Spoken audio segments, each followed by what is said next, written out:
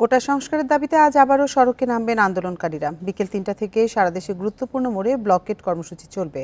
এদিকে বুধবার রাজধানী বেশিরভাগ সড়কেই ছিল তাদের অবরোধ। এতে ৮ ঘন্টা বন্ধ থাকে যান চলাচল।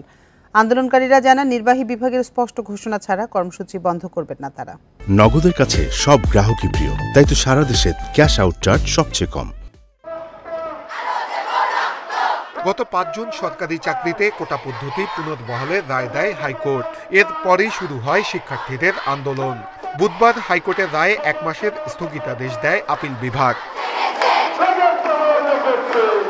এই আদেশের পর শিক্ষার্থীরা জানান, কোটা সংস্কারের জন্য নির্বাহী বিভাগের কাছে দাবি তাদের।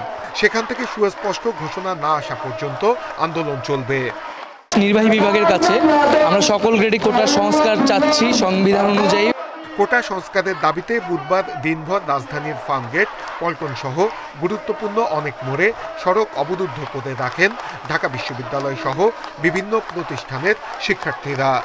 সব ধরনের বৈষম্যমূলক কোটা যেগুলো বর্তমান আছে সেগুলোকে একটা যৌক্তিক পর্যায়ে নামিয়ে আনতে হবে। যে কোনো কোটাই, মুক্তিযুদ্ধ কোটা হোক বা যে কোটাই হোক, সব মিলে 5%-এর বেশি কোটা থাকবে না কোনো চাকরিতে।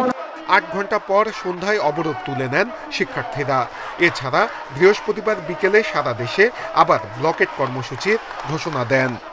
বাংলাদেশের প্রতিটি আনাচে কানাচে, প্রতিটি রাজপথে, প্রতিটি রেল লাইনে শিক্ষার্থীরা বাংলা ব্লকেট কর্মসূচি অব্যাহত রাখবে।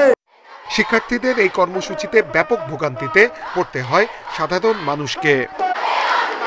নূরে আলম, ইন্ডিপেন্ডেন্ট নিউজ, ঢাকা।